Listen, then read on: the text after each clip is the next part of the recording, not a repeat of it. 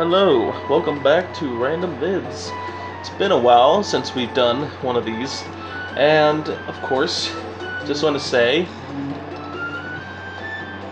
I'm glad that school is over. School ended literally just yesterday, so now we have the free summer. So,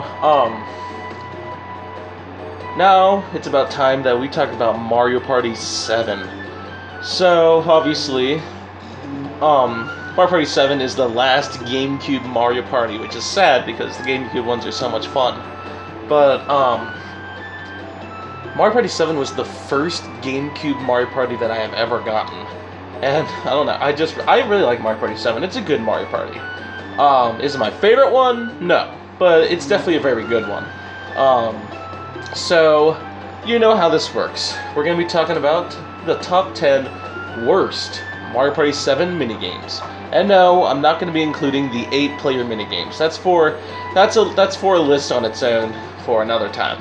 But for now, it's just going to be the regular old minigames.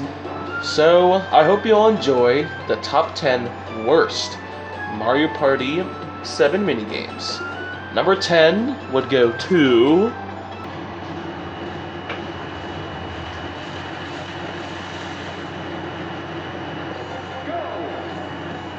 So at number 10 is Balloonastic, I think it's called. Forgive me, I don't remember a lot of the names in the Mario Party 7 minigames. I just know this balloon something, so. And like basically every other list, number 10 isn't really a bad, terrible minigame, but it's just one that I find myself losing on all the time. But of course, when I make a YouTube video like this, then it's vice versa because it doesn't want to listen to me. I don't know what it is about this minigame. It's not terrible per se, but yeah, it's probably my least favorite 1v3 minigame. It's just overall, I mean, there's not much to it. 3 people on a cannon shoot balloons. Hooray.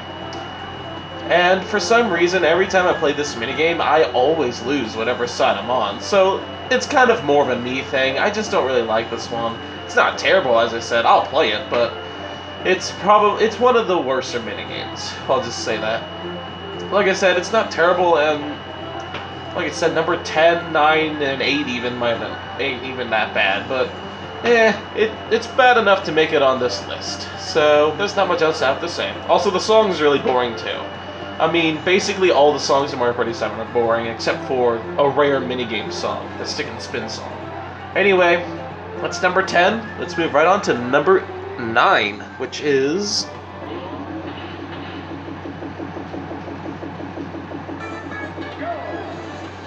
So this is another one of those minigames that I just completely forget what it's called. So we'll just have to wait till the end to see what it's called. There's... Yet again, just nothing against this minigame, I just feel like it's a little more on the boring side. You just push buttons, and then eventually you jump. Sounds like so much fun, right? These type of minigames are just kind of meh to me, they're just boring. You just push button, and then you go from point A to point B. So useless, so pointless. Yet again, it's not a terrible minigame, it's just one of those just me things, where I just feel like it's just kind of boring. And, I mean, there's not really much else I have to say. I finished before, this minigame was over, so okay then. I just want to quickly see what it's called, because I just don't remember what it's called. And of course, the music's bad, because, I mean, it's Mario Party 7. No music's good. It's called Hop-O-Matic 4000. I was never going to remember that. So yeah, overall, just a pretty meh type of minigame. It's just, yeah, nothing much else I have to say. It's number 9 on the list, so let's move on to number 8, which is... This one is Wing It. So, yet again, nothing really against this minigame. It's actually not even that terrible, but it's one of those pointless mashing minigames. And some of them can be fun if done well, and others, nah. What do you do in this minigame? You push A. It's so pointless. Like I said, it just depends on the mashing minigame. Some of them are fun, others, eh. So this one is definitely one of those more eh type of minigames. And honestly, it's kind of boring anyway. You're just in a Koopa and you're going up. I mean, whatever happened to triple jump in Mario Party 5? That one was a very creative and fun mashing minigame. This one is not. You just mash A, and yet again, there's times I find myself losing, especially against my brother, which that is not fun or cool. So Wing It is definitely one of the worser minigames. But like I said, it's still not terrible. After this one though, the minigames start getting pretty bad. So this one I can bear, I'll play it, whatever. But at number 7, it starts getting kind of bad. So let's go to number 7, which is...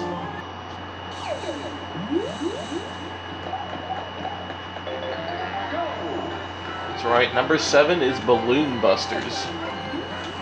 So, we go from mashing minigames to luck minigames. Isn't that fun, right? I don't understand why Nintendo likes to make so many pointless luck minigames. Some of them are okay, and others are just meh, and this is like, why would you do that type of thing? This one is one of those. Also, what I don't like is that it's a microphone minigame. It's like, why? It doesn't make any sense. So... I mean, like I said, there's nothing terribly wrong about this minigame, but it's definitely kind of bad. And I won again. So I've won every single minigame at this point, so we're going to have to keep track of that. So, Balloonbusters, just your generic, boring, luck minigame. Except it's a 4-player mic minigame. I don't know why Nintendo decided to make these 4-player microphone minigames. They're so pointless and boring. The only decent one is Clock Watchers, I guess, but the rest, eh. So don't be surprised if you see some more of these 4-player microphone minigames. I just found all of these just fairly boring, and there was nothing interesting about these at all. And Balloonbusters has to be one of the worst. I mean, it's a luck minigame, but microphone style, whatever you want to call it. And it's sad because I really like the 1v3 microphone minigames. If you're just having a terrible day, you want to get back at all those players, that is perfect. But these are so long and boring. Balloonbusters, like I said, is definitely one of the worst. Let's go on to number 6, which is...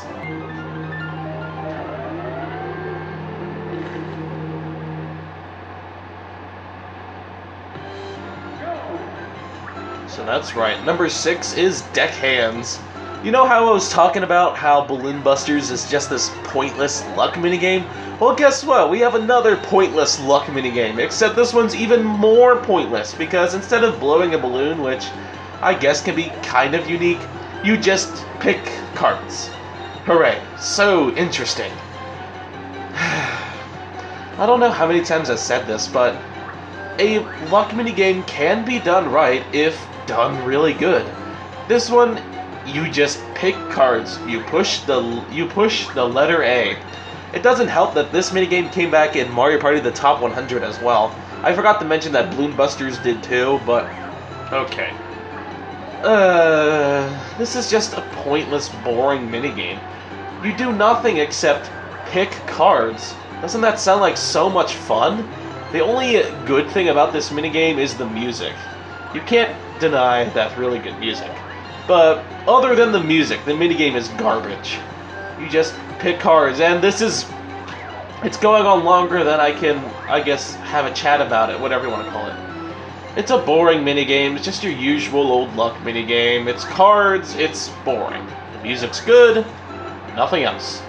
So, I guess we finish this minigame and then we move on to the next, because I finished talking about it before I thought it would end. So it could be a longer minigame too than others. Alright, Waluigi, which one?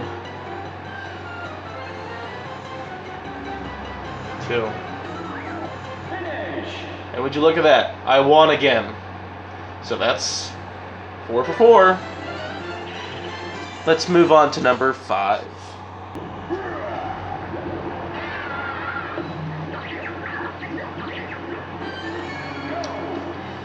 Oh yeah. Ladies and gentlemen, we have reached the terrible minigames. Sure, we have the usual luck minigames, but now we're going on to the terrible minigames. So it's no surprise that we were going to see a Bowser minigame on here somewhere, right? You know how I complained about the ones from Mario Party 6, like the ball pit one, or the ball pit one or whatever. This is like that, but 10 times worse. It is impossible, basically, at times to win at this minigame. I hate it so much when the Bowser minigames are just so pointless and boring. Now sure, I can take Pit Boss and the Dark and Crispy one, whatever, but this one is just so pointless. You just jump, and it's pretty boring too, you just jump from platform to platform. And most likely you'll get out because you have to jump without hitting the lava, and you have Koopa Kids who are throwing fire at you. It's basically impossible to win at this point, and the music's pretty meh as well. So good old Magical Journey, whatever. Terrible minigame. I don't understand why why?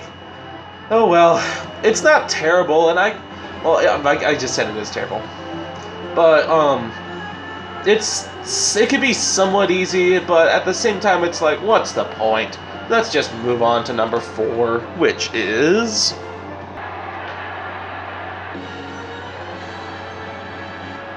That's right.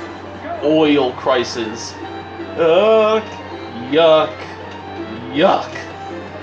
This minigame is so boring. And what is worse is that I always lose at this stupid minigame. This is one of those, you know how whatever, fine, I'll play balloonbusters, whatever. But this one is so bad.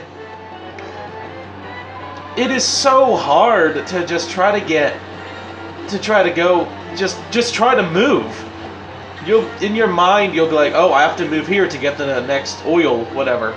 But as soon as your brain activates that and then you hit the button and you turn, you're already past the oil and you've ran out of gas. So, whoopsie daisy. And this minigame overall, it just looks boring. Look at this. Ugh. There's nothing, it's so bad. And it's kind of dumb how you have to watch all the computers do this stupid minigame too. It's a very hard and just boring minigame. It is the one 4-player mic minigame that I do not ever play. Finish. It is so bad. I just don't even have words for this one. I won somehow, but I guess the last minigame in the Magical Journey, whatever, I lost, so that kills our streak. Oil Crisis is just such a terrible 4-player mic minigame. It is so bad. I just don't have words for it anymore. I don't have words. Even the music's pretty bad as well, so I guess we don't need to talk about Oil Crisis anymore. It's a terrible minigame, and it definitely deserves a spot on this list. So now, let's go on to number 3, which is... Okay, so this is the 4th GameCube game at this point. And you would think Nintendo would still have really creative and good ideas, right? Well, apparently not, if they turn hitting a dice block into a minigame. It is the most pointless, boring, ugly minigame ever. It's just one of those minigames that felt like the last minute type of minigame. We're like, oh, shoot, we have to get this minigame in, so we have at least 13 4-player minigames. It's like, but honestly, it would have been much better just without this one. It's not hard, but it's not supposed to be hard. You just push the A button and you go up. Don't you just love how a lot of these minigames that I had on this list has just done that? You push one button and you win. Hooray! At least this one isn't as long as Oil Crisis, but it'd be even worse if this one was long. It's just overall a boring, bad, terrible, luck-based minigame. And it is luck-based, because it's a dice block. What do you expect? So you either get 1, 2, 3, or 0 coins. Doesn't that sound like so much fun? Like, even the frickin' art looks so ugly. It's just one of those terrible minigames with terrible music, one of those last-minute ones, as I said, and I just don't have words. It's a bad, bad minigame, and it would have been much better without this one. Now, let's go on to number 2, which is...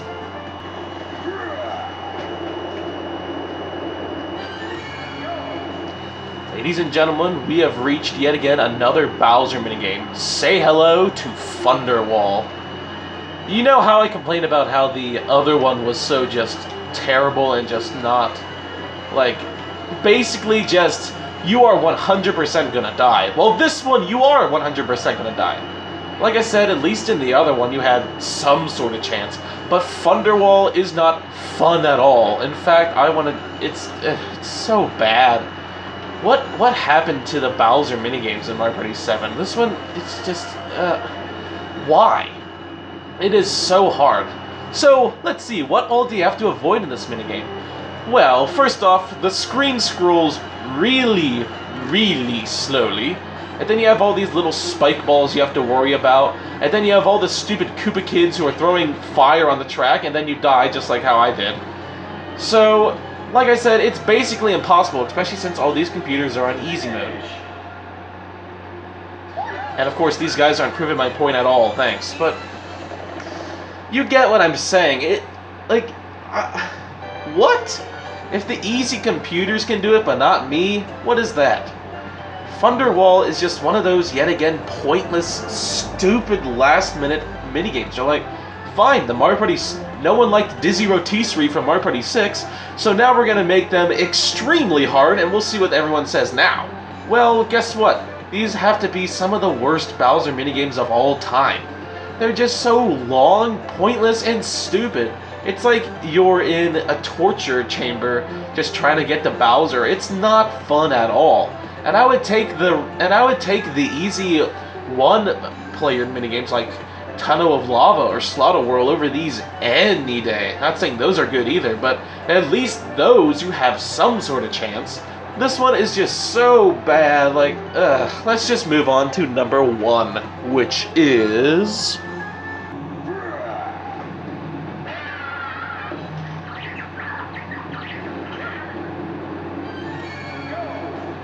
That's right, Funsticle Course. Funsticle Course is not fun at all. It is a torture chamber. This minigame, and Thunderwall as well, I could consider that's like the top 10 worst Mario Party minigames of all time. So you know how Thunderwall was very, I guess, torture-ified? This is basically just Thunderwall, except you're going sideways instead of up. This minigame, it is not fun at all. Why do they lie about the name? So, yet again, you have that stupid, slow-moving camera, and then you have a bunch of obstacles you have to avoid while avoiding the Koopa kids. What? Like, that... what? At least this minigame proved my point. It's so bad. And this is the first time that, like, a whole genre of minigames has made it onto the list. Magical Journey, Thunderwall, and Funsticle Course aren't fun at all. They're basically like... You know how I said earlier about how, you know, I control all the players in the 1v3 mic minigames? Well, these minigames is basically like Bowser trolling us in all these minigames. Whatever happened to Dark and Crispy, or Cajun Cooking, or any of the ones from Mario Party 4? Those ones are just gone. Now you just have these stupid obstacle courses that is basically impossible. Like, nor me or the weak computers could do it. Maybe the hard computers, but still. It's such a dumb mini... You just think, even if I can do this, why does this exist in the first place? This, as I said, could easily be some of the worst Mario Party minigames of all time. Out of all 10 and all the other side of Mario Parties.